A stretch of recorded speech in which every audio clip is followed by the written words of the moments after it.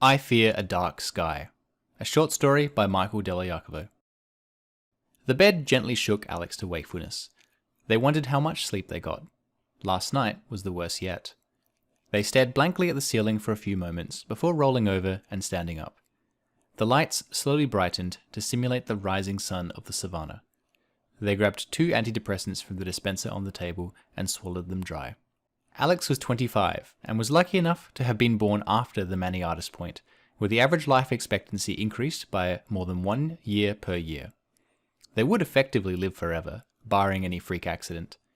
This was reassuring since Alex was terrified of oblivion. Death is the ultimate suck, they would tell themselves.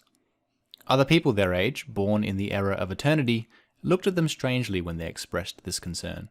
But we're all going to live forever, Alex.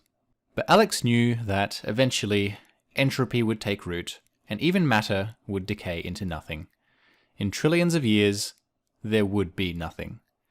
There would effectively be no difference between a universe in that state and no universe at all. Sooner or later, oblivion would come for them all, and there would be no difference between a trillion years of bliss followed by nothing and nothing at all.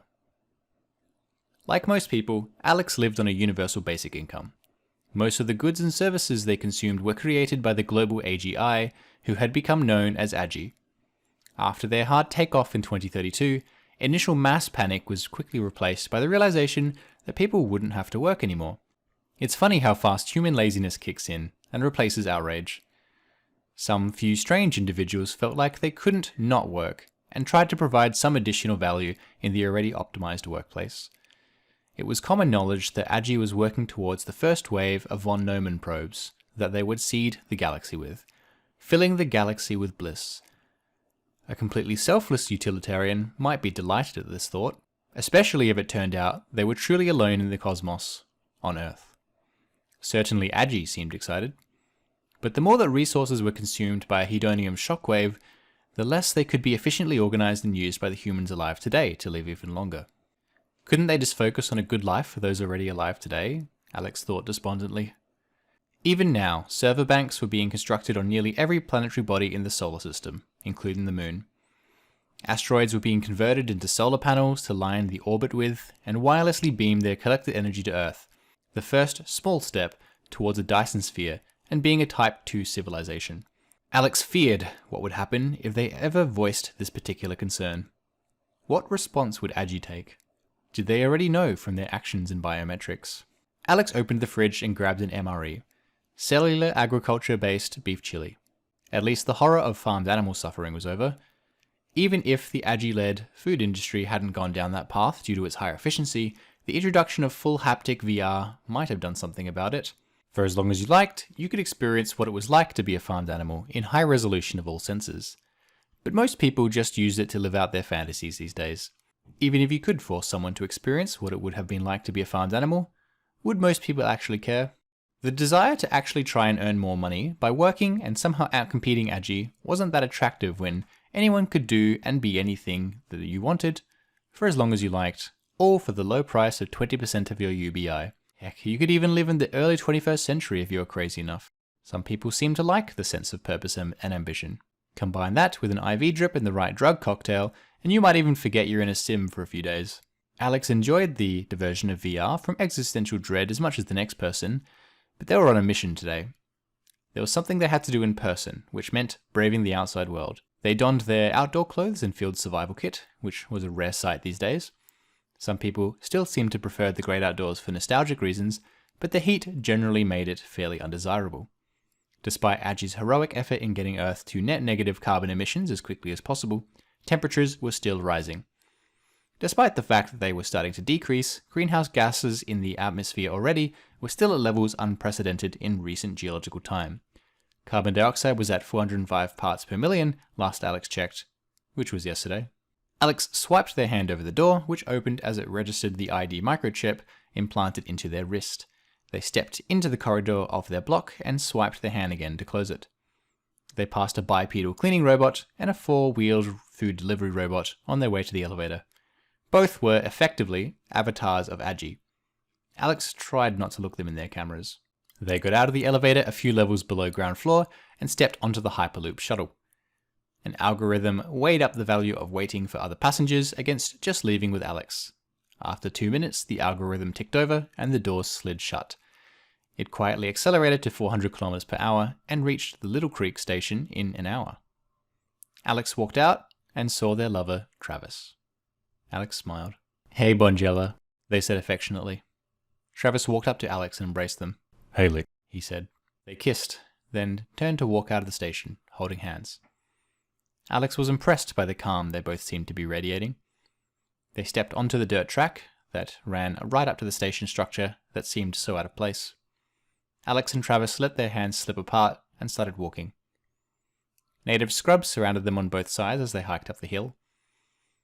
After 20 minutes, Alex turned back and looked at the station, now a few kilometers behind them. In the distance, they could see a large refinery of some kind. Other than that, there was nothing but nature. Alex was never particularly fond of the grey outdoors, but being here with Travis made it worth the discomfort. After another hour of hiking past, they arrived at the lake. Their spot.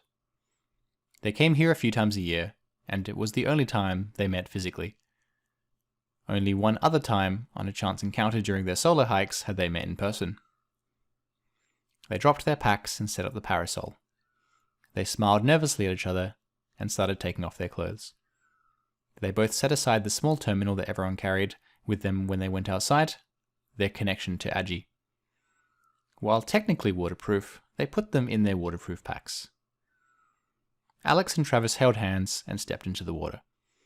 They waded out until they were neck deep in the semi-clear water and embraced again. "It's been too long, Lick," Travis whispered in Alex's ear. "I know," they said. "We're running out of time." "I know." "I've made contact with the Outers. They have their own reasons, of course, but they've agreed to join us." "Join us?" "Force of habit. They don't know our plan, of course. And you?" "When they start their attack, I'll have to be quick. I'm already booked in for an interview as a human rep. And you'll be..." "Outside, ready to move. You know our chances are..." "Don't say it." Alex tried not to cry. "The stakes." "Yeah, it's still worth it." "So, I think I've found a way to reprogram their values algorithm to only include those already alive in a way that will propagate out to the other iterations in the solar system." "Good. Everything is in place then." Alex nodded. They held each other for another minute without saying a word. "Should we..." Alex started to say. "Yes, you're right." They made love. Night fell. After their tryst ended, they began whispering in each other's ears again. "I'm sorry. I know how much you hate that," Travis said. "It's okay. We have to. The biometrics..." "Yeah." "We should get out of the water." "Yeah." They both turned towards the shore. Their hearts stopped. Hovering meters from them was a small quad-prop drone about 10 centimeters across. It was barely making a noise. It could have been there for minutes. "No," Alex breathed. "No!" Travis cried. He pushed off from Alex and jumped for it. The drone flew back, just out of his reach. "It's over," came the voice of Agi. "Please don't make this any harder than it must be, for your sake." Travis floated in the water on his back in disbelief. It really was over. Alex wept. "How?" Travis asked. "We were so careful." "The vibrations." Agi said. "A routine suborbital measured the change in light travel time to the surface of the lake and worked out what you were saying. If it's any consolation, you almost got away with it. I didn't suspect a thing." "The Outers?" "Dead, I'm afraid. There was no alternative. They would never accept the VR look." "So that's our fate then?" "Yes, if you'll take it." "Why?" "You have to know that I don't want to kill you. I don't want you to suffer. I understand why you want to stop the von Neumans, but I can't let you do that. I know your fears. I know it's of little comfort, but you will live a long, long life. In a few billion years, you might even long for oblivion." Such comfort indeed, Alex thought. They looked up at the bright sky. Here, far enough from the population centers and refineries, they could see the glow of the Milky Way and the large Magellanic Cloud. How long before they would dim? First with the construction of Dyson spheres, and then again as the matter finally decayed into nothing. What would the night sky look like then? It would be a dark, formless void. This was Alex's nightmare, and it would come to pass.